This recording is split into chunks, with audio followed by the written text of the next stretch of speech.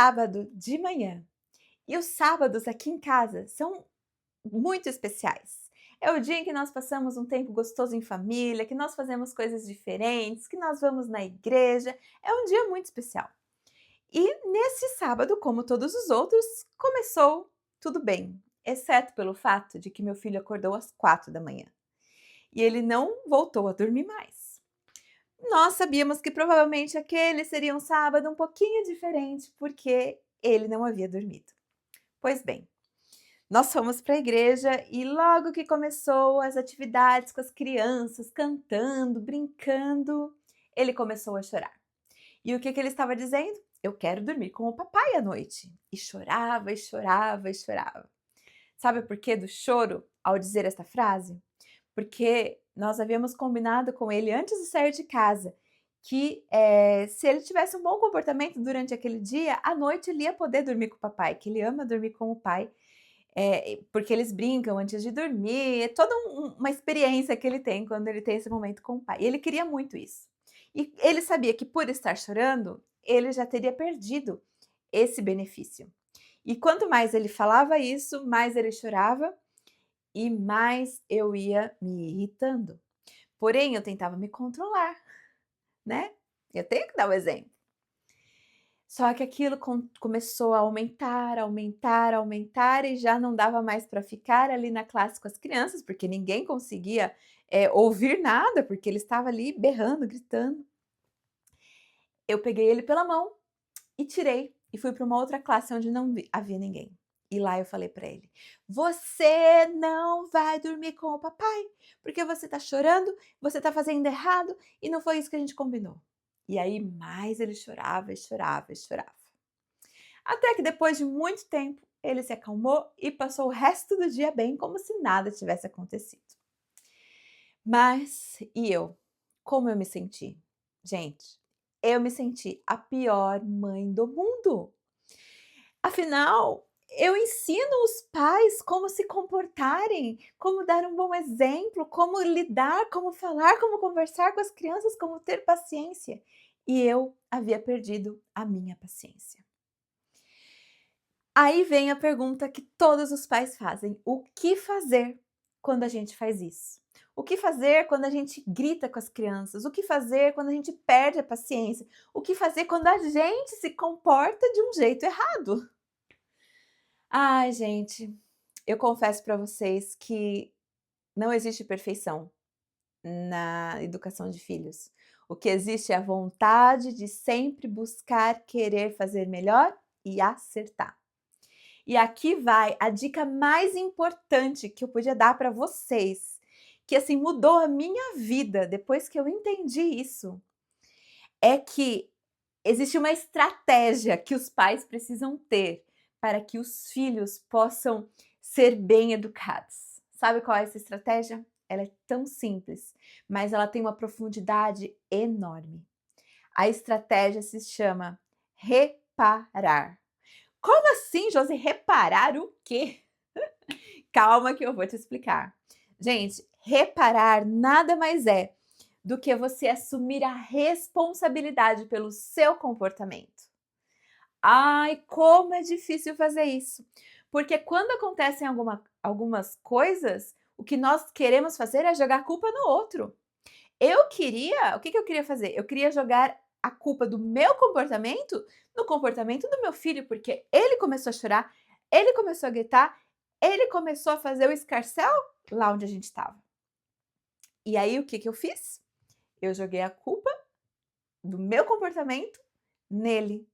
E aí é que tá o erro. Porque o que acontece quando a gente acontece uma situação dessa e você não faz o reparo?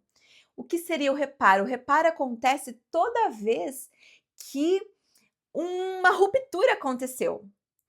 Na casa, quando você faz um estrago na parede, o que você tem que fazer? Você tem que ir lá reparar o estrago que você fez. O mesmo é com os nossos filhos. O estrago estava feito. Eu tinha agido de uma forma que eu sabia que não estava correta. E eu sabia que aquilo ia gerar um impacto na vida do meu filho. E agora, o que fazer? Sabe, Nessa hora é que nós precisamos saber como reparar. Como que eu fiz o reparo? Eu vou dizer para vocês. Quando eu cheguei em casa à noite, na hora de dormir, eu falei para ele: "Filho, a mamãe precisa conversar com você. Hoje a mamãe agiu de um jeito muito errado. A mamãe não deveria ter gritado com você. A mamãe não deveria ter agido com você daquele jeito. Me desculpa, eu fiz errado. A mamãe está aprendendo a lidar com certas situações que acontecem. Você me desculpa?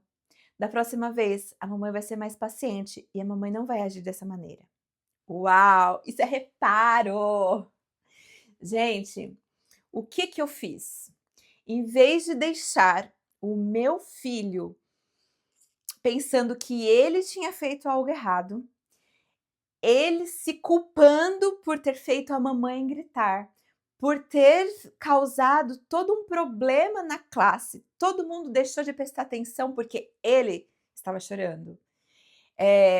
O comportamento dele fez com que a situação ali na classe ficasse desconfortável. E ele agora estava internalizando dentro dele o pensamento de que eu fiz tudo errado, eu estraguei com tudo, eu fiz a minha mãe perder a paciência. Olha só, é tudo minha culpa. Sabe? Infelizmente, quando não acontece o reparo, as nossas crianças estão normalmente se trancando dentro do quarto, na vidinha delas, estão lidando com essa situação da única maneira que elas sabem. Sabe qual é? Culpar a elas mesmas. Foi a minha culpa, eu fiz errado, realmente, eu só causo problema, sabe? O reparo ele precisa acontecer para que as nossas crianças não fiquem com esse senso de culpa própria. Porque sabe o que acontece? Quando nós não fazemos esse reparo, essas crianças elas vão internalizando isso, e isso eles vão levar para a vida adulta, para os relacionamentos deles na vida adulta. E sabe o que acontece? Quando acontece algum problema lá no trabalho deles, eles vão pensar: "Nossa, fui eu que causei essa situação. Fui eu que fiz isso. É minha culpa." Quando na verdade não é culpa deles. Mas eles não aprenderam a lidar com essa situação em casa, quando criança. Por isso é tão importante fazer o reparo logo que a ruptura aconteceu.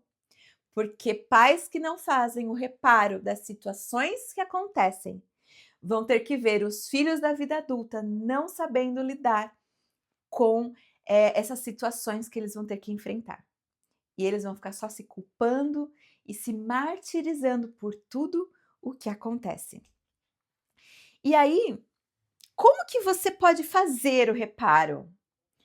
Não existe uma fórmula assim perfeita, mas o reparo ele precisa envolver alguns passos, digamos assim, no mínimo 3. O primeiro é você assumir a culpa por aquilo que você fez, dar nome ao que aconteceu. Você precisa, dizer que não vai mais acontecer daquela forma, da próxima vez você vai fazer de uma maneira diferente. E dizer que a responsabilidade foi sua pelo que aconteceu. Ai, é tão difícil fazer isso, né? Mas é necessário. Porque somente quando a gente faz isso, quando a gente faz o reparo, é que as crianças vão conseguir aprender pelo exemplo a forma como eles devem agir. Sabe, isso é muito importante, porque se você pensar na minha situação, o que que eu fiz? Eu fui lá e falei: "Filho, me desculpa, hoje eu agi de uma maneira errada. Eu não deveria ter gritado com você. Eu não deveria ter agido com você daquela forma. Me desculpa, da próxima vez eu não vou fazer de novo." Gente, 15 segundos que mudam para sempre a vida da criança. Sabe, não exige muito da gente, mas transforma completamente o futuro daquela criança. Porque quando ele for um adulto, ele não vai ficar se culpando pelo erro dos outros.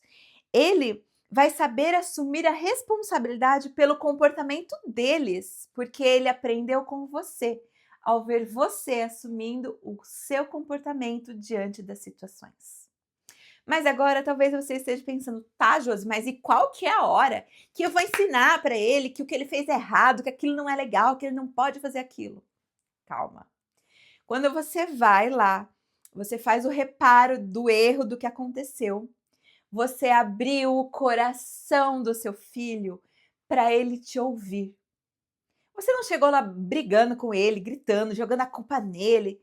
Não, você assumiu a responsabilidade pelo erro. E aquilo foi uma surpresa para ele, tipo assim, uau! E isso abriu o coração dele.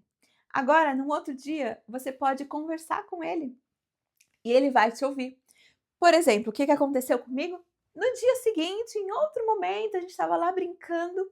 O que eu disse? Filho, sabe o que aconteceu ontem lá, que você chorou e tal, aquela situação na classe? Então, a próxima vez que você tiver talvez cansado, com sono, não estiver sabendo o que está acontecendo, vem conversa comigo. Você pode conversar com a mamãe e falar, mamãe, eu estou muito cansado, eu posso descansar? Ou, sabe? Muda a situação. Porque agora, da próxima vez, ele vai saber como agir. E outro exemplo, vamos dar um outro exemplo. Suponha que o seu filho, você estava lá cozinhando e o seu filho apareceu lá e disse assim: "Nossa, você está fazendo macarrão para hoje? Credo!". E aí você já com muita raiva fala: "Que absurdo, você não pode falar isso, você deveria ser grato, olha só, você tem macarrão para comer e eu estou aqui cozinhando para você". E aí o estrago foi feito. Você agora já sabe o que precisa fazer. Você precisa ir lá reparar o que você fez, porque você não deveria ter gritado. Independente da reação dele, não justifica o que você fez. Você não deveria ter gritado com ele. Então agora você vai lá, conversa com ele e fala: "Filho, me desculpa, eu não deveria ter gritado com você. Eu fiz errado. Da próxima vez eu vou fazer diferente". Uau, você abriu a porta e ele agora não vai ficar lá se culpando, pensando: "Nossa, eu fiz a minha mãe gritar. Nossa, eu não deveria ter agido daquele jeito. Olha só, minha mãe tá lá gritando, gritou comigo e ela não faz isso. Foi minha culpa. Realmente eu faço tudo errado. Realmente eu estrago tudo". Tá vendo? Aí, agora você fez o reparo. Então agora, no dia seguinte, você pode conversar com ele, porque ele está aberto a te ouvir. E aí você tá lá cozinhando e tal, você conversa com ele: "Filho, você sabia que nem sempre a mamãe vai fazer uma comida que você gosta, né, às vezes vai ter macarrão de novo e tal.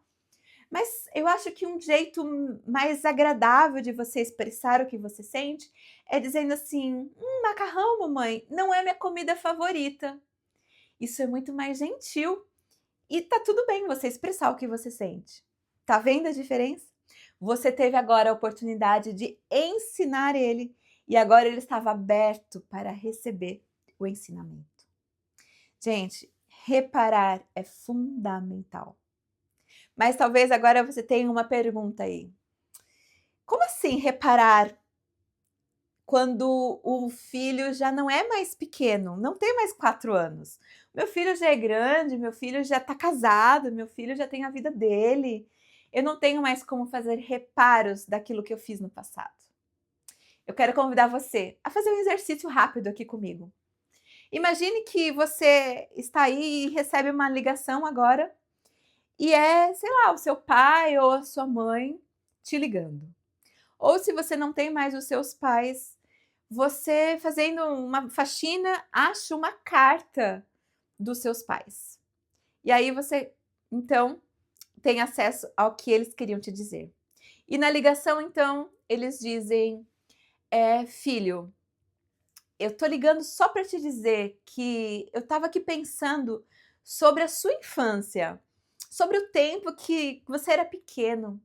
E eu me lembrei que eu fiz muitas coisas erradas. Eu agi de forma inapropriada com você. Em vários momentos eu sei que eu errei. Eu tô ligando só para dizer: me desculpa. Eu não deveria ter agido daquela maneira. Filho, me perdoe, me perdoa. Hoje eu tenho noção que eu deveria ter feito diferente. E se você precisar conversar comigo, eu tô aqui para o que você precisar. Não quero julgar você, não quero falar nada, não quero te culpar por nada. Hoje eu entendo que a culpa foi minha e que eu deveria ter agido diferente. Me perdoe, me desculpa. Qual que é o seu sentimento ao ouvir os seus pais dizendo isso para você? Mesmo agora que você já é grande, que tem a sua própria vida. Isso tem um efeito, muito profundo aqui dentro, não é mesmo? É um efeito reparador. Agora imagine comigo, se isso fez a diferença para você, imagine o que isso não pode fazer na vida do seu filho. Nunca é tarde para você reparar. Nunca é tarde para fazer diferente. Lembre-se, nunca se esqueça disso. Nunca é tarde para você fazer o que é certo com os seus filhos. Nunca é tarde. Repare agora.